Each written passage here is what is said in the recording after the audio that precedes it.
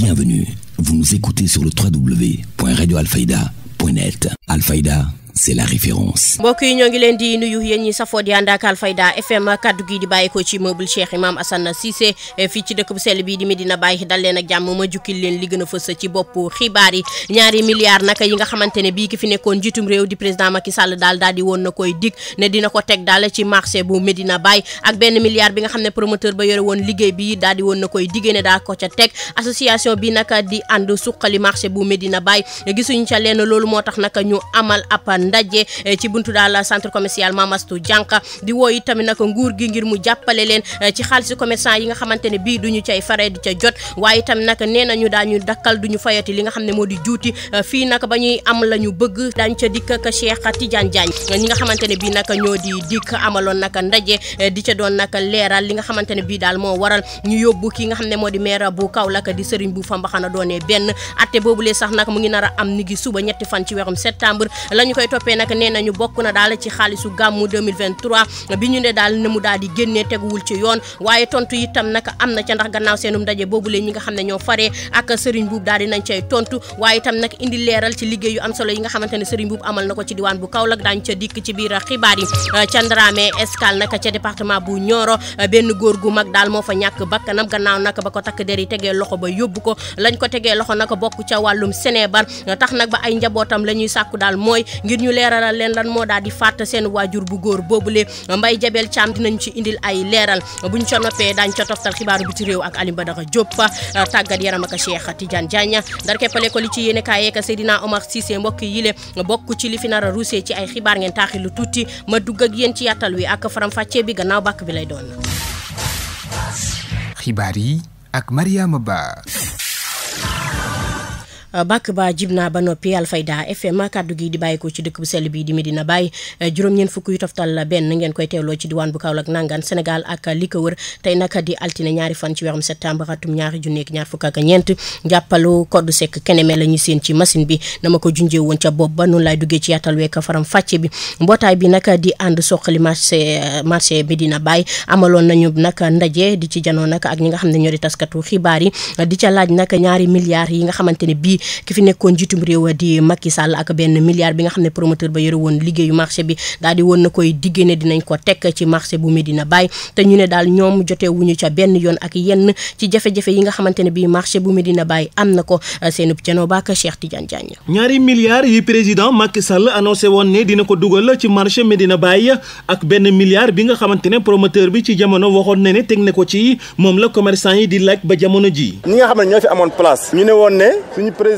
Macky Sall mi fi jógee ko joxoon na 2 milliards subventionné woon marché bi si jamono promoteur bi tabaxoon marché bi ne noonu tamit teg na si beneen 1 milliard mi 3 milliards ba pare ñu ëlbatikuwaat encore di ñuy jaayat place yi te place yi kenn ku nekk da nga tabaxoon sa place terrasse ko defar ko ba mu baax ñu fekk la fi toj ko bañ koy toj dédommagé wuñu la ci joxe place dañoo waxoon ne ki nga xamante amoon nga fi place li nga xamante ni moom leen fekkoon sa place mi terrasse wala mi zinc dañ koy jël ñu dugal ko si njëgg te place yooyu bu ñu ko doon xayma si jamono boobu noonu lu mu gàtt gàtt dana mat 1 million wala 1 million 500 ñu doon amal janoo ak taskatu xibaar yi ki samedi gi association ànd suqali marché Medina Baye ne liñ leen di fayloo dafa diis lool te mënatuñu ko Babacar Mbow mooy président kuréel gi. weer bu nekk ñu bëgg la fay presque plus de 40 et quelques mille durant lu toll ak juróomi at loolu du dëgg du yoon moo tax ba léegi nii commerçant yi mënuñoo dugg si place yi parce que mënuñoo fay li nga xamante moom lañ leen jox. buntu centre commercial Mame Assou Dianka nag dafa foysoon dell ak ay commerçant ñu takkoon benn sonorisation di wax ca kaw li nga xamante ne moo leen naqari bokk na ci jafe-jafe bi nga xamante ne ñu ngi koy nemmeeku ci biir marché bi mu jëm ci wàllug ñàkkum kaaraange ak anam gi ñu ko tabaxee. léegi nag commerçant yi dañoo sonn dañoo damm dañoo taay problème yi am gën a am si marché bi nga xam ne ay jafe-jafe la marché bi bi ñu ko tabaxee léegi yàggul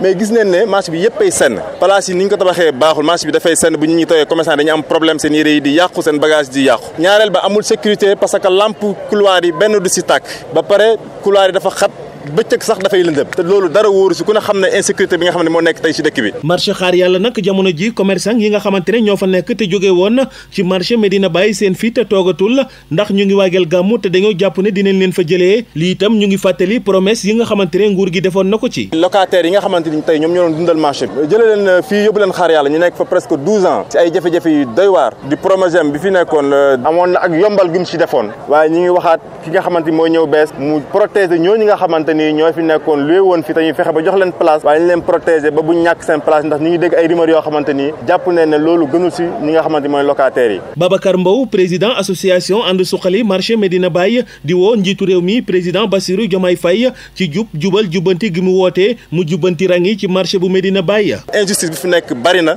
ñi ko jiite nit ñi noot di lekk xaalis commerçant yi si loo xamante ni teguñu ko fenn. directrice bu bees Promogem mu ñëw xam la mooy jafe-jafe commerçant yi parce que dégg na ne ñëw na fi waaye daanaka jotewu toogut ak commerçant yi. ministre bi yor wàllu commerce nga xam ne mooy suñu tutelle aussi ñun commerçant yi ñu ngi koy xaar mu jaar si marché Médina bi tegg situation yi parce que li ñuy dund fii métti na trop. ci mujjanteel ga nag li nga xamante ne takkee nañu ci kuréel te d'accord ko bokk na ki ne dootuñ fayeti juuti feek jafe-jafe yi nga xamante ne ñu ngi koy jànkuwanteel saafarawul te itam ñi ñàkkoon place ci seen biir ñu jox ñëpp ci njëg yu yomb. président association ànd soqali marché Medina Baye nag Babacar Mbow lay wuyoo moom nag daal dinay addu ci jafe-jafe yi nga xamante ne bii commerçant yi tàmbali nañ koo dund depuis nag ba ñu tojee marché bi ba daal bañ koy liggéeyee ba muy noppi kàddoom Cheikh Tidiane Diagne mu ñu ko taataanal. 2012 wala 2013 ñu toj marché bi ba léegi commerçant yi ñu ngi dund ay jafe-jafe yu méttee jafe-jafe yooyu nag bokk na si xaar bi ñu doon xaar lu toll fukki at ak nangam ñu dem ba benn jamono ñu ubbi marché bi waaye si ubbin boo xamante ni vraiment mu nekk lu métti lool ndax dañoo ubbi marché bi ñu waroon a jot seen place ñu si ëpp jotuñu seen place ba pare ñenn ñi di taxaw di wax ne ñëpp jot nañ seen place te loolu du dëgg du yoon lu ëpp si commerçant yi tey jotuñu seen place te ñi ngi am ay écho que ni ñi fi amoon place sax ñu ngi leen di woo di leen jaay place te loolu du dëgg ñi fi amoon moom seen place yi ba léegi mënuñoo jot seen place yi léegi nag loolu nga xamante ni moo nekk si marché bi loolu leen bëgg a dénoncer ñaareel ba aussi ñi nga xamante ni seen waajur yi ñoo moom place yi ñu nekkoon fi ak ñoom tamit génn àddina ba léegi tamit ñu si bari kenn si ñoom jotu seen place yi beneen bi nga xamante ni moo si tegoor encore ñi nga xamante ni ay moo ne ay 4 places ay 5 places bañ paree marché bi au lieu que ñu dalwaa leen seen 5 places yooyu noonu ñu jox leen benn place loolu tamit mu nekk ay injustice yoo xamante ni vraiment askanu marché bi ñu ko dëkkee woon ñu ngi koy dund depuis bi ñu ubbee marché bi ba léegi beneen bi si tegu mooy marché bi ku ne xam na ne prix yi nga xamante ni moom lañ koy joxee dafa cher ba jéggi dayoo ndax cantine boo xamante ni matul 6 mètres carrés ñu bëgg la ko jox si plus de 7 millions loolu ku ne xam na ne du dëgg du yoon la ñu bëgg ñu wàññi marché bi si ni nga xamante ni prix boo xamante dina abordable si ñee nga xamante ni amuñ foon place ñu mën ko jënd ndax marché bi dox ndax marché bi ubbee ba léegi plus de 1000 cantines yaakaar naa tey boo xooloon li fi duggagum si place matagul 50 wala 60 personnes yoo xam ne ñoom ñoo fi nekk di liggéey kon ñu xam ne marché bi doxul te dafa taxawal économiquement Medina Baye yëpp xam nañ ne lu waay soxla jusqu'à présent da ngay dem ba ville di ko fa wuti te bu ñu wàññi woon place yi ñii ñoo dugg si marché bi dina mën a dox amul benn centre commercial fii si Kaolack bu ñu gis bu ñuy jaay cantine à 7 millions loolu amul fenn ndax centre commercial bee nekk marché central nga xamante ni digg dëkk bi la nekk yaakaar naa place yi bi ñu paree bi ñu koy jaay ay 2 millions 3 millions lañ ko doon jaayee pourquoi pas nga ñëw ba marché Medina nga bëgg fay jaay benn cantine à 7 millions loolu du dëgg du yoon te commerçant yi att nañu ko tey att nañu ko suba.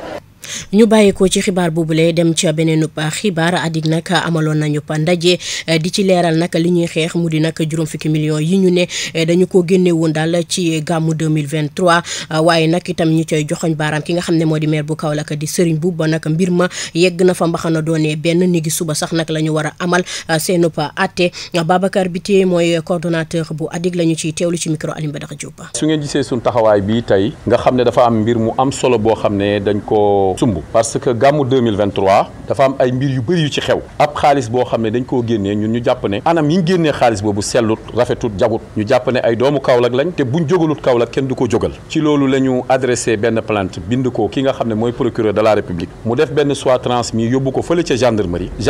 jël plainte bi commencé li ñuy wax l'enquête di ci oo ay nit ba jëmm jamono ñu oo ñu nañu plainte boobu kat dañ ko suspendre ci loolu ñu décidé ne li tubaab yi di wax on va passer à la vitesse supérieure ñu servir leen ay citation directe boo xam ne ginnaaw ba ñu ko enrôlé ñu daal di fay suñ consignation ñu owoon ñu ci procès le 11 juin passé waaye ñeen séqaloon mbir mi ñëwuñ dañoo sàqi maanaam suñ ko bëggee wax ci olof bu gën a leer waaye ñun ñu jàpp ne mënoon nañoo sax atte mbir yi yemale ko fa waaye ñu jàpp ne tuuma yi nga xam ne lañ teg ci seen kaw bëri na te diis na diis goo xam ne bëggu nañ leen may possibilité ñu mën a jàkkaarloo Kaolack wax leen li nga xam ne moo xew ci loolu le juge bi décidé ne le 3 septembre bi di ñëw mooy talaate bii ñuy dëgmal danañ ñu atte fa nga xam ne fa la mbaxane doonee benn ci loolu nag ñu ciy interpellé le président de la République mi nga xamee ne moom mooy clé de voûte des institutions de ce pays di ko wax ne gis nañ ne ki ñu séqal mbir mi mu ngi def des appels du pied dem sax maanaa ba nekk bëkk néegu premier ministre di doxalanteeg moom doxal boo xam ne neexuñu waaye loolu lu tere li nga xamee ne moom moo ñu tënk mooy yoon bi nga xamee ne sénégalais yëpp ñoo ci yem parce que ñun ñëpp ay justiciable lañ ci li ma xam ñun ñu ko séq yëpp amul immunisé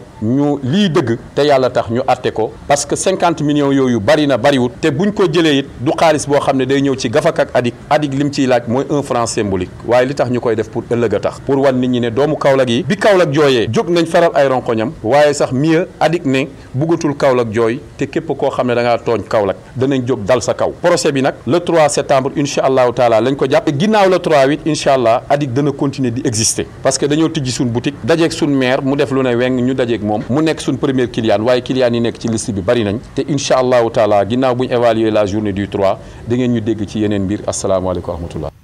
ca ndaje adik boobulee sax nag la ñuy desandi ki nga xam ne nag moo di Alioune Lo kaddu askan wi nag bokk ca adik moom àdduna ci li nga xamante ne moom la ñuy toppee maire bu Kaolack bi di Serigne Mboup waaye itam nag mu ngay xamle seen taxawaay mooy nag ngir Kaolack jëm ca kanam waaye lépp loo xam ne xaalisu gàmmu la di jaari tamit nag fu leer kàddoom Alioune Badara Diop moo ñu ko taataanal. mu am mbir moo xam ne am na ñëpp teg seen bët muy xaalis boo xam ne mbokk moomeel la boo xam ne ñëpp ko bokk Kaolack waaye yëpp ko bokk mu aw si structure bi nga xam ne tey jii kat mooy commune de Kaolack Serigne Mboup jiite ko mu am xaalis boo xam ne war nañ ko jël yóbbu ko si këri diine yi muy Bouchra muy Medina Baye su ma ne këri diine rek damay généraliser ñu awale ko foo xam ne tey jii kat yoon mayu leen ko dan lay tegal nekkul ne tey da ngay jël ku lu mel ni CCB wala sa mbiri bopp mais lépp lu fay dugg lu fay génn si ay mbir yoo xam ne dafa am fu mu war a dem dafa am yoon bu mu war a aw ñu awale ko foo xam ne tey jii ni kat jaarul yoon ñëpp teg seen bët Kaolack waaye teg seen bët ñu jël leen yóbbu leen fi nga xam ne tey jii nii fa la tey jii ni kat su yoon balaa ñoo jël bay am li ñuy am sax fu ne dugg leen fa si ay blocage ak nangam ak sangam waaye terewut ne bàyyiwuñ ñu dëggal rek parce que Kaolack moo ñu ñor ñu bëgg mbir mi leer moo tax tey jii ni kat ñu jël keneen ñu yóbbu ñu tey ñu joxaat ñu le 3 septembre ñuy def point de presse bi di su oo Kaolack waaye pour ñu ñëw parce que mbir mi nekkul ay mbiri ay personne ay mbiri nit ay mbiri Kaolack waaye yoo xam ne dañuy taxaw di défendre loo xam ne tey jii Kaolack waaye yëpp ko moom président de la république bu mu toogee ba léegi gis nañ Serigne bu fu ne mu ngi fay dugg di ko neexal mel ni bëkk néegam fu ne su tukkee mu ànd ak moom tukk su demee Touba mu dem fa pour ay protocole ay su président bu kii ay PM def maa tàgg ak yooyu ñoruñu xamuñ la moo ñu ñor Kaolack bii nu ngi koy jëlee di ko teg si yoon président de la république nag waaye dafa am loo woote muy jubal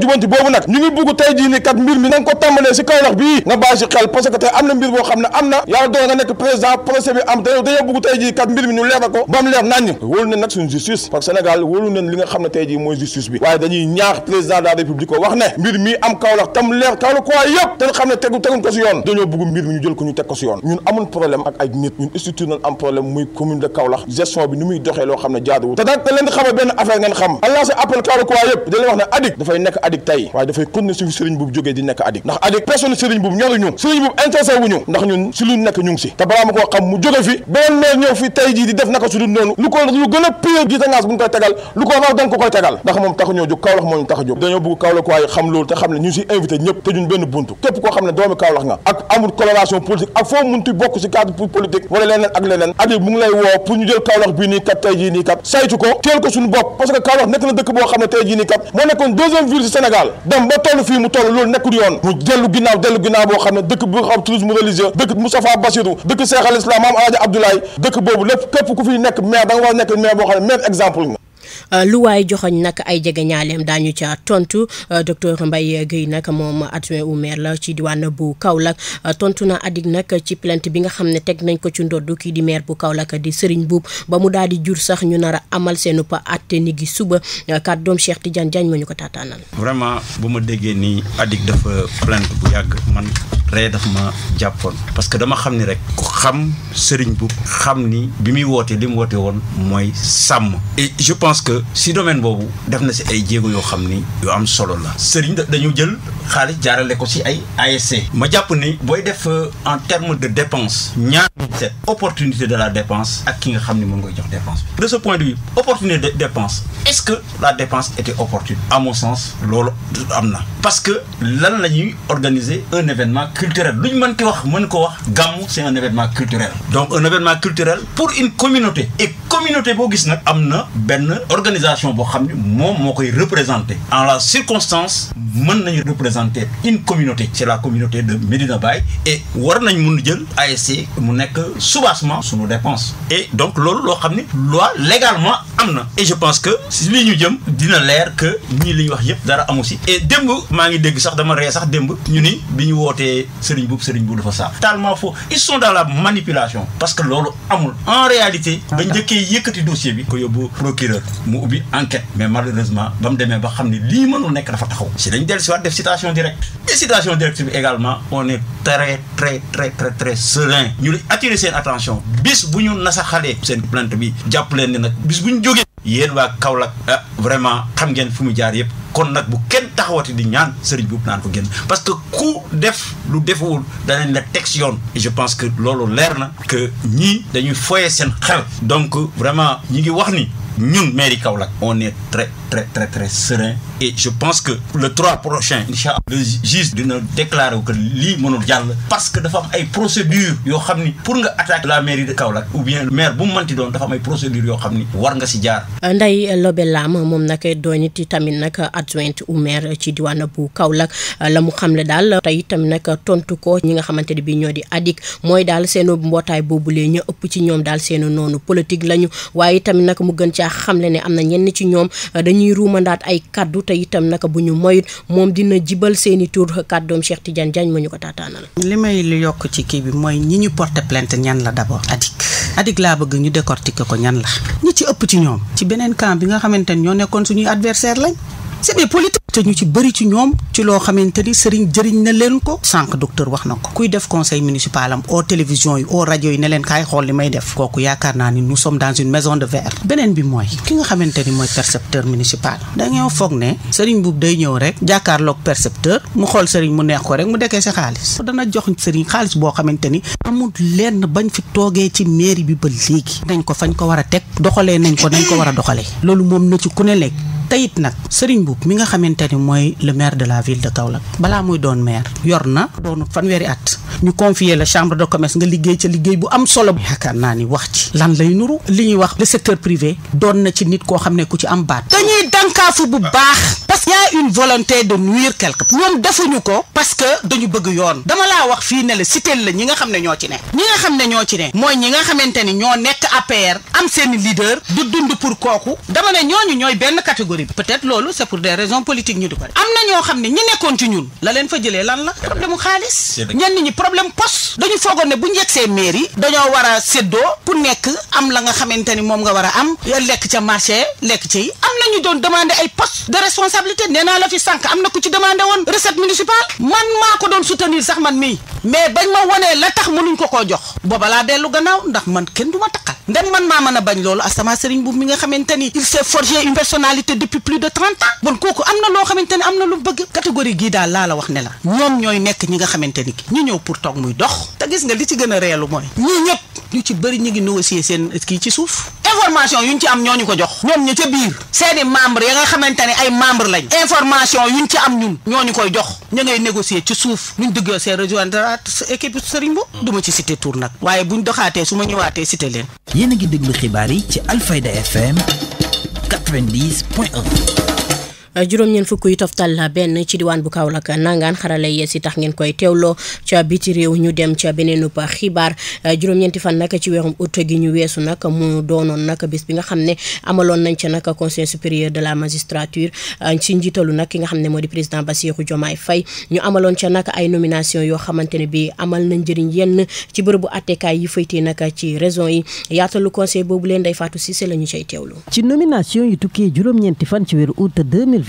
ca ndajem conseil supérieur de la magistrature ci njiitalu président Bassirou Diomaye Faye ay mesures yoo xam ne nag am na ay réalités yuy dimbali nit ñi ba justice mën leen a jege maanaam bu ñu ko soxlaa du ñu jugee fa ñu dëkk gannaaw ay at yu yàgg ñu ko doon xaar tribunal bu grande instance bu Kaffrine war a commencé dox. institué nañ ko sax su jegewul 2 ans yi tamit war naa mat 1 an waaye fonctionnel wul woon ñu ngi yaakaar ne nag ci jamono yi ñu jëm nii dina fonctionnel parce que fi mu ne nii nommé nañ ci président nommé nañ ci également procureur nommé nañ ci ay juges yoo xam ne foofu la ñu war a dem mais leneen li nga xam ne moom lañ ci seetlu mooy comme ni nga ko waxee sànq am na ay affaires yu bëri yoo xam ne ci département Kaffrine lañ doon jógee surtout ci zone Ranch Doli bi donc foofu yu bëri foofu la doon jógee te moom moo doon feesal rôle bi nga xam ne moom mooy rôle tribunalu Kaolack léegi nag loolu bu amee maanaam affaire yi doon jóge foofu yépp mu nekk ci wàllu civil commercial mu nekk ci wàllu social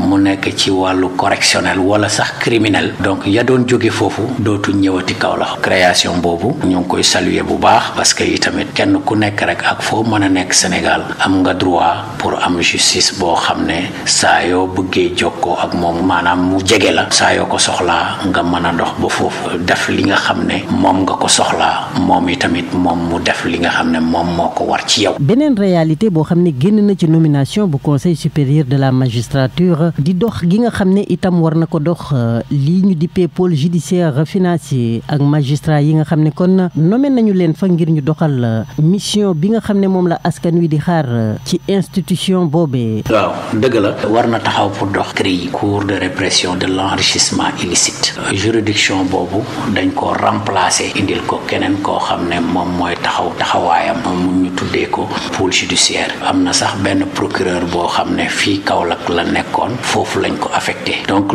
bii moom moo ñëw remplacer ko mooy pôle judiciaire boobu ba léegi ñoo ngi gis homme politique yi ñoo ngi yëngatu daal di ko xaar ci ay dossiers yoo xam ne war na ko càmbar moom juridiction boobu bon ñoo ngi xaar ba xam li wolof di waxee fi wanent di mujjee ak ay gëtëm. ci fàttali nag ñiy liggéeyee ci justice nekk jamono ji ci vacances benn fan ci weeru août benn fan ci weeru octobre at bu ne nañu koy organiser ci seen biir ñoom ñiy liggéeyee ci wàllum justice waral ba ci diiru ñetti weer yooyee ku ne nag mën caa jël say congé te liggéey bi du sooxe ci juridiction yi nekk ci biir réew mi donte ni askan wi nga xam ne nag seeni soxla da leen fay yóbbu rawatina ci wàllum kayit jamonoy vacances judiciaire da leen di jox mandargay grève ndax jafe-jafe yanuy jànkuwanteel ngir am nag satisfaction waral ba dañuy yàkkamti lool mu jeex.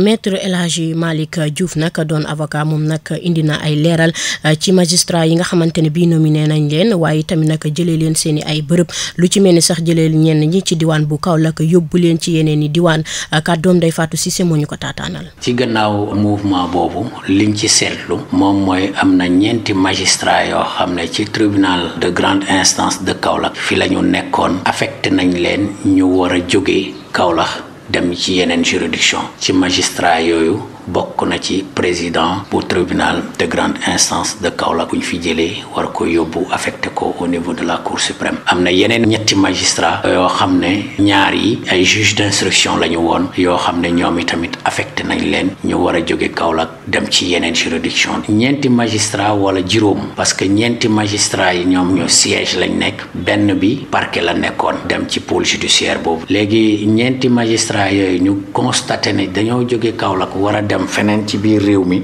gis nañ ne parallèlement ñaar cote ñoom lañ jëlee feneen indi leen Kaolack donc loolu bu amee dinañ constaté ne donc dinañ am manqué ñaari magistrat yoo xam ne wax dëgg yàlla xam naa ne dina feeñ lool ci liggéey bi muy ci composition audience yi wala mu nekk ci constitution juge d'instruction yi wala boog mu nekk ci gaawaayu liggéeyu dossier yi wala boog mu nekk ci traitement diligent maanaam délivrance joxe jugement yi yu demee noonu donc xam naa ne ñi fiy ñëw dinañ néew lool ci wàllu nombre te néewaange boobu ak liggéey bi nga xam ne dafa bëri donc loolu yi tamit dafay am jeexital ci traitement wu dossier bi xëy na nag li nga xam ne moom lañ ko institué tribunal grande instance Kaffrine loolu moom moo tax ñu doxalee noonu xamaguñu dañ ko yaakaar rek waaye li nga xam ne moom moo am daal moom mooy juróomi magistrat ñoom ñoo dem waaye ñaari magistrat ñoom ñooy ñëw donc loolu yi tamit ñu jàpp ne dina am jeexital bu baax ci traitement dossier yi ak li nga xam ne moom mooy délivrance wu décision yi daal fi mu ne nii ñetti procureur ñoom ñoo fi nekkoon su fekkee ne affecté nañ kenn ki donc ñaar ñoo fi des te gisuñu ci mouvement bi tamit fenn foo xam ne wax nañ ne am na benn magistrat boo xam ne affecté nañ ko fii nii Kaolack ci parquet. bu ñu bàyyeekoo nag ci conseil boobu lee nga xam ne ngir yaxanal lu jëm ci wàllum àtte dañuy desandi sax ci wàllum yoon nag ndax nag ca Ndramé Escale ca département bu Nioro benn góor bu mag moo fa daal di ñàkk bakkanam gannaaw nag ba ko takk der yi tegee loxo ba yóbbu ko la ñu ko jàppee nag mu jëm ci mbirum Sénébar bay ay Jabel Thiam nag la ñu ci teewlu ci jokkoom ak Alhaji Ibrahima Gaye. benn événement bu ñu fi dal Ndramé ay Sénégalais lañ dëkk Sénégal comme ñëpp lépp lu ñu dal également vraiment yoon la ñu mën ko séddoog bu nekkee tiis wala bànneex tamit ñu mën ko séddoog suñu mbokk sénégalais yi comme ni ko ñëpp di defee. dafa am suñu benn papa bu tudd El Hadji Malick Ndoye ñëpp xam ko gën ko xam ci Lébu Ndoye xam naa atam yi war na jege 60 ans daal mu am benn jabar ak ñaari doomi ndaw benn bu góor benn bu jigéen mais nag vraiment ay policiers ñoo fi ñëw démb ci këram Ndramé vers les coups de 18 heures jëm kaw Ndramé Escale dans la région de Kaolack département de Nioro arrondissement de Wack commune de Ndramé Escale ñëw fekk ko vraiment ñu jàpp ko ak benn quantité drogue ñu am yamba mais lu mu doon tox pour consommation quoi d'après ñun information yi ñu ci am mais gars yi daal yóbbu nañ ko te dara jotu ko woon vraiment ñun de yëguñ feebaram wax dëgg yàlla et jabaram bi nga xam ne également moo nekk ak moom it yëgul feebaram ci ñun ay dëkkandoom ci luñ mën a wax parce que nit nag da ngay wax lu leer moom ay xaritam ak ay waa këram ñoo yendu ba ngoon jot wallaay ñoo añandoor ñoo ndékkandoor ak lépp yóbbu nañ ko daal kenn xamul lan moo fa xew woo nañu ñu ne waa ji dee na ñun nag vraiment xamuñu exactement lan la tuuma lañ kenn waxuñu dara mais comme ci réew mi lañ dëkk dañu bëgg képp ku ñu mën a jàppale mu jàppale ñu rek vraiment affaire bi ñëpp yëg ko rek mu leer ñu xam ne tamit Sénégal et puis réew moo xam ne la fépp fu waay mën a nekk rek ci un citoyen sénégalais et nguur gi dafa am obligation ak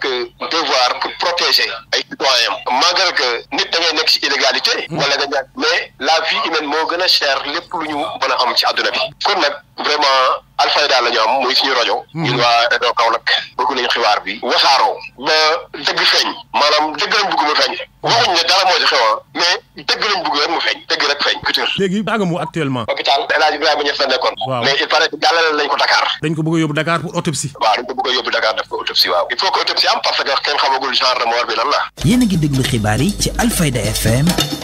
90.1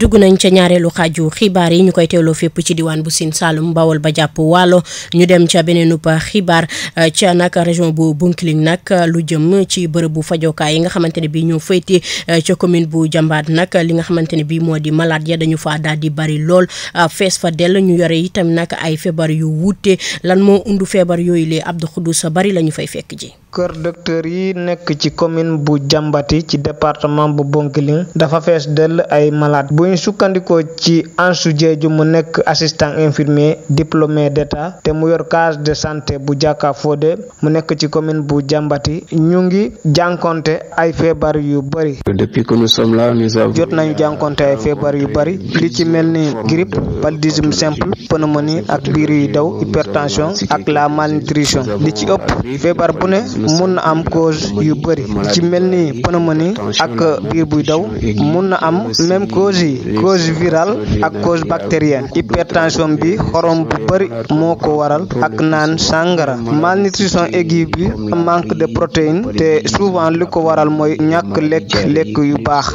gastro-duodénal. bu sukkandikoo ba tey ci Ansou Diédhiou cause feebar yooyu mun na bañ a wute lool Ansou Diédhiou mu ngi lancé un appel jëmale ko ci autorité yi ngir ñu indi saafara ci seeni jafe-jafe. ñuy lancé ci suñu autorité yi vraiment mooy suñu ministère de tutelle bi ministre de la santé et de l'action sociale ak kii di son excellence notre président monsieur Bassirou Diomaye Diakhar Faye ak suñu premier ministre monsieur Ousmane Sonko ñu ngi leen di ñaan ñu jàppale ñu ci yoon yi parce que yoon bi dafa jóge jaar ni ñëw ba Touba Wura tali bi xonk bi fa lay yem donc li si des yëpp vraiment ay xuur la vraiment bëggoon nañu ñu relier ñaari dëkk yi mooy Touba Wura Jamba bu Simbaalo ñu defal ñu ko au moins sax même fekkee tali bi xonk sax vraiment bëgg nañ waaw ndax mu yombali évacuation yeeg yooyu mais aussi suñu case de santé bi ñu defal ñu ko en poste de santé bëri na li nga xam ne moo ñu manqué surtout ci zone yi ñu nekk dinañu wax ni bunt yi moom daanaka moom dara baaxatu ci léegi parce que max yeeg yooyu lekk nañ yëpp moo tax porte yëpp yàqu nañ parce que macha allah defoon nañ case boo xam ne moom macha allah tabax bu mucc ayib lañ ko tabaxee def nañ ci ay millions boo ko xoolee da nga naan non lii du kaas lii poste la li nga xam ne mooy foos yi nga xam ne ñoo nekk ci biti foos yi tamit amuñu ay kubéer parce que kubéer yi depuis ñu tabaxee ba léegi kubéer yi motagul defaraguñu ko ñu ngi fi foos yooyu tamit vraiment soxla woon nañu mu am ay kubéer. jamono jii nii nag agent yi nekk ci kër docteur yi dañoo fas yéene dakkal ba faw feebar yooyu te mu tere askan wi nelaw donte sax état faalewu leen fii ci département bu Bounkiling Abdoul Khoudous Bari pour la rajo.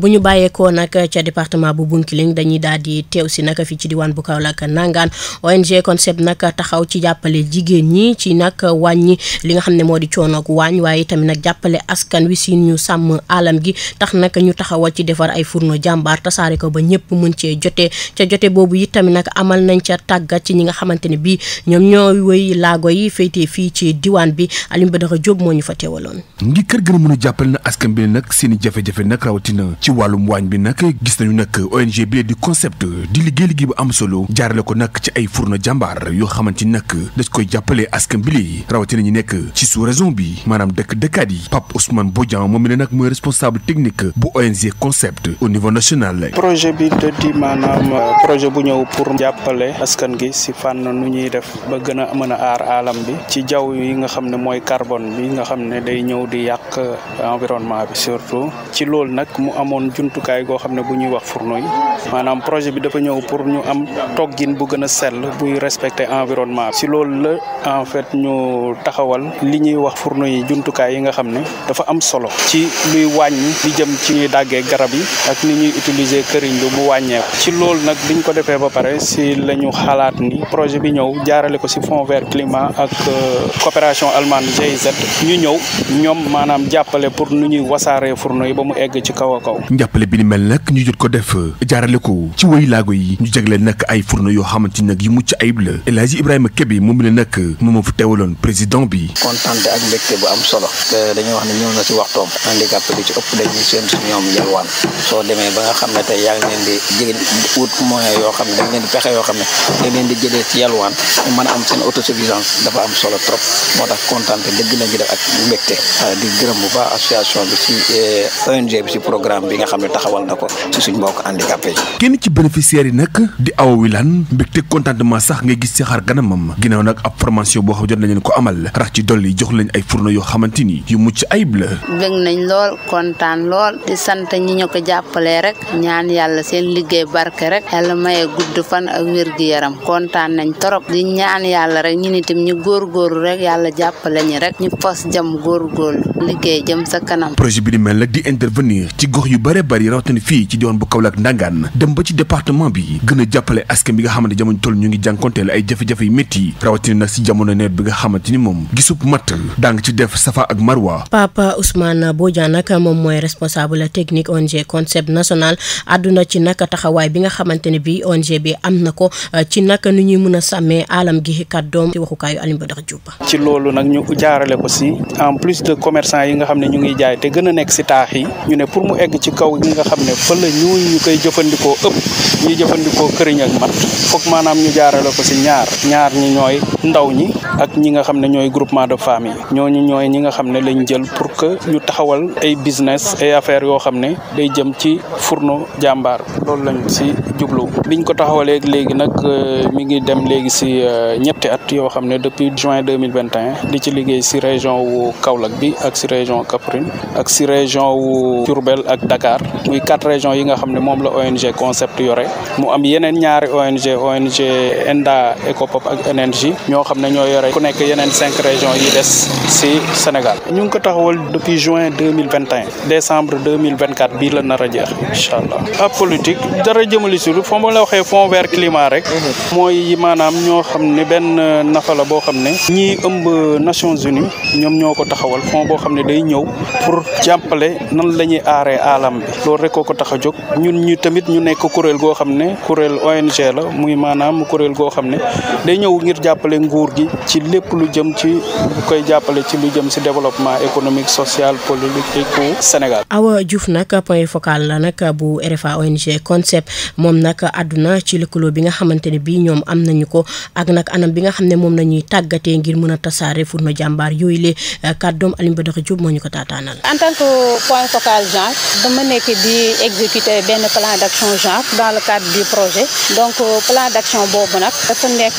plan d'action bi nga xamante ne dañ ciy gëstu en tout cas lépp lu dem ci wàllum jaay fourneau surtout côté jigéen ñi mais aussi côté góor ñi donc tey ku wax genre di nga wax góor ñi di nga wax jigéen ñi di nga wax mag ñi ak ndaw ñi mais aussi di nga wax ak personne yi nga xamante ne dañuy vivre avec un handicap donc ci loolu noonu dañ cee ñëwoon ci weer bii passé dafa ñoom benn sensibilisation donc à la direction de l'action sociale donc bu ñu fi jógee aussi waxtaan bi di wéy ñuy commencé di def ak ñoom ay formation parce que nit ko aussi balaa nga koy jox activité da nga ko ciy tàggat da nga ko ciy jàngal donc bu ñu jógee ci sensibilisation boobu dañu nekk di leen di former maanaam naka la ñuy jaay ba ci récemment rek génn nañ ak ñoom ci formation sur le marketing digital nga tey marketing digital ak les réseaux sociaux dafa xew donc ñun tam ñu jël suñu wàll ci formation boobu former ci éléments yi pour que vraiment ñu nekk de véritables acteurs en tout cas dans le cadre de la distribution du foyer liñ ci xaar daal mooy en tout cas seen présence dans la distribution ñu gën cee taxaw parce que tey boo xoolee projet bi ñoom kese la projet bi jagleel li ñuy wax kit de démarrage maanaam ñoom kese la projet bi may ay fourneau pour ñu démarrer seen bopp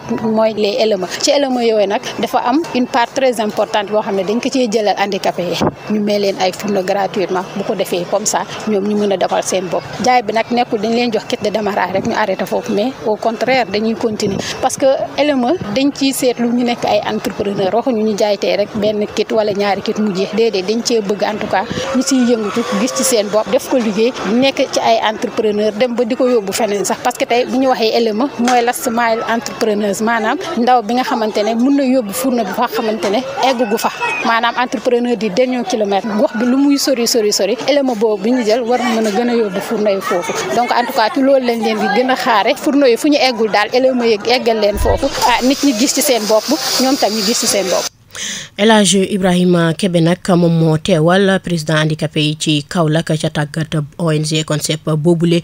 moom nag mu yëkkati fa ay kaddu Alioune Badara Diop moo ñu ko taataanal. waaw ñu ngi wax rek ne leen buñ découragé parce que projet bi yaatu na sa am na yéene pour dimbale mboolem handicapé yi ba nga xam ne dañ mënal seen bopp dara kon ñi ngi wax ñoom ñëpp ñu jublu leen fexe dem si ñoom xam fan nan la ñuy def ba bokk si parce que li nga xam ne moo tax a jóg projet bi mooy handicapé yi dem ba nga xam ne doorun taalal loxo waaye dem ba nga xam ne dañ mënal seen bopp dara loolu léegi nga xam mboolem handicapé yi ñi nga xam ne tamit ñoo ci bénéfice yu ñu leen di digal tamit ñu gën a góorgóorlu xam ne lii teekoog seen fukk loxo parce que yombul ay handicapé yi bëri neen ñu tànn leen si ñoom may leen ko nañ gën a góorgóorlu jàppale leen ba nga xam ne dañ mënal seen bopp dara waaw jox nañ ñu mboolem xeeti matériel mooy yi nga gis nii rek am na fourneau am na ànd am na lépp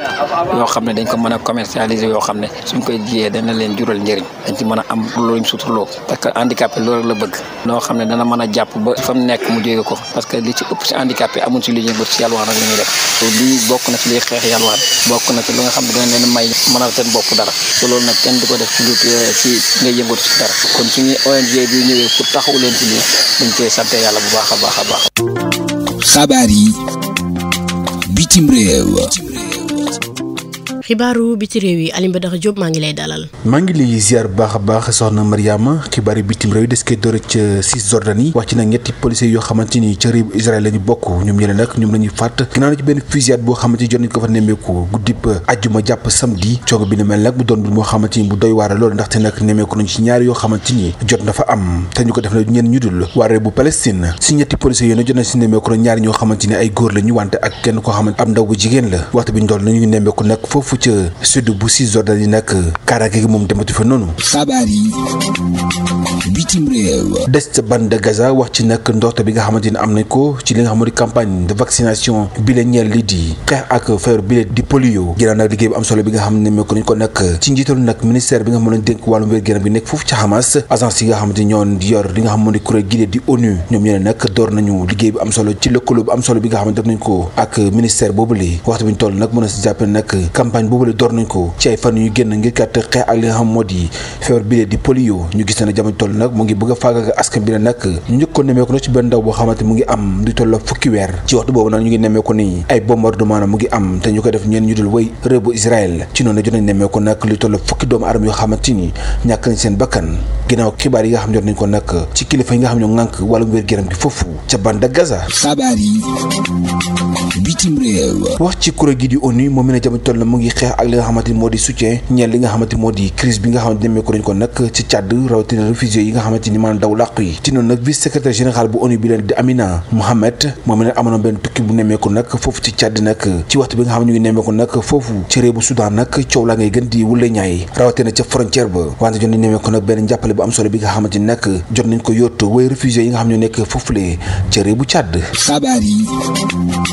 bitim réew. ñu jeexale xibaari bitim réew nag ca fitna yi nga xam ne am ci diggante réew bu Russie ak réew bu Ukraine foofu nag jamono toll nemmeeku nañ ay bombardement yoo xamante ni nag yàq na fa ay infrastructure yu bëree bëri li ni mel la mën a si jàpp nag doon na njàqare bi nga xamante ni nag askan bi ñu ngi ko jànkonteel loolu taxoon nag kilifa yi nag jotoon def ab tukki nemmeeku ci diwaan boobule ngir kat saytu li nga xamante ni moo di situation bi leen nag wante tamit jéem a xool la mën a def ba indiwaat jàmm ci diwaan boobule. xabaar yi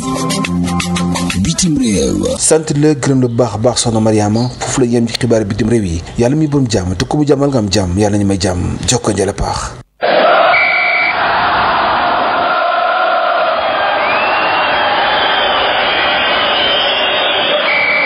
xabaaru tàggat yaram. xibaaru tàggat yaram yi Cheikh Tidiane Diagne maa ngi lay nuyu. soxna Mariama Ba maa ngi lay fay di nuyu mbokk auditeurs yi dal leen jàmm ci xibaaru tàggat yaram yi li ci gën a fës nag tey jii bokk na ci li nga xamante ne moom moo soxal jogante Sénégal yi mu war a am juróom benni fan ak juróom-ñeenti fan ci weeru septembre atum 2024 entraîneur bu équipe nationale bi leen nag di Aliou Cissé bi muy amal jano ak taskatu xibaar yi dal nay àddu ci ñaari jogante yu tegaloo yooyee ak wàllug organisation bi moom nag dafa gis ne loolee jaaduwul. te entraîneur yi nga xamante ne ñoo nekk ci dunduk Afrique ñëpp war a booloo daal di xeex lu ñu mel Aliou Cissé la ñuy teewlu ci micro fédération sénégalaise de football. saa su nekk même entraîneur sénégalais moom kese mooy ñëw taxaw wax kaas ba pare gars yi téye ñu nag comme ñun dañuy kaas rek. mais nan lañu mën a bàyyi nu mu tudd organisation préparation match jouer le 6 le 9 au nom de quoi te en plus de ça voyage bi ñuy def Sénégal la pour aller en Afrique australe. très difficile mais tey boo ko waxee ñu ne non sénégalais yi de toute façon yéen da ngeen di coow tuure waaw yéen moom kaas rek ngeen fi nekkee donc je pense que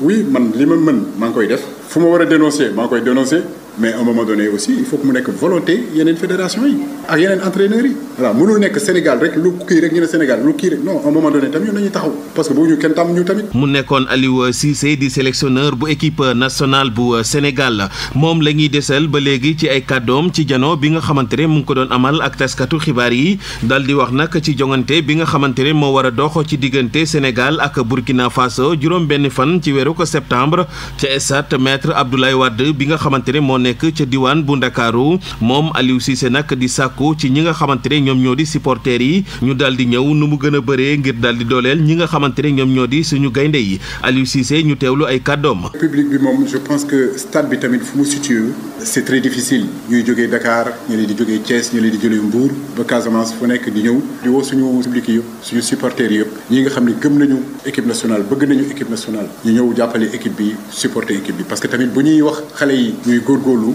li ñuy xaar ci public bi tamit mooy ñu porter équipe bi poussé ko bu ñuy gagné tamit dañu soxla suñu 12e gaynde bi dañu soxla waa Ali Casa dañu soxla ñëpp ñoo xam ne bëgg nañu équipe nationale bi nga xam ne ñu ngi dund ci équipe nationale bi nañu ñëw supporter seen doom yi ñëw supporter seen joueurs yi vraiment c'est loolu dañuy xaar public sénégalais nag du supporter spectateur nañu waaw dañuy ñëw pour seetaan spectacle alors que ñun tey fu ñu toll nii lu ñu soxla mooy ay supporters yoo xam ne dañuy pousser équipe bi pour que équipe bi mu dem ci kanam parce que bu ñuy laajte ñun ñuy def ay performance c'est important tamit que public bi ñu pousser ñu te ñun bu ñuy déplacé wu di dem bitim réew mais xoolal supporters yi nañuy supporter seen équipe yi Sénégal kese la gis ñun suñu supporters yi nii la ñuy def croiser seen bras xaar ñu dugal bu ñu dugalee moom amul problème mais tant que dugaluñu duñ ñu pousse donc pousser leen ñu encourager leen ñu ñaanal leen ñu. jogante Sénégal Burkina Faso nag ñu fàttali ne mu ngi war a am le 6 septembre buñ ca jógee dinañu daal di dem fi nga xamante ne moom moo di ca Burundi di ko gërëm bu baax di ko sant moom soxna Mariama Ba gërëm mbokk déglukat yi nga xamante ne ñoo doon teewlu xibaaru tàggat yaram yi fii la ñuy yem tey jërë ngeen jëf.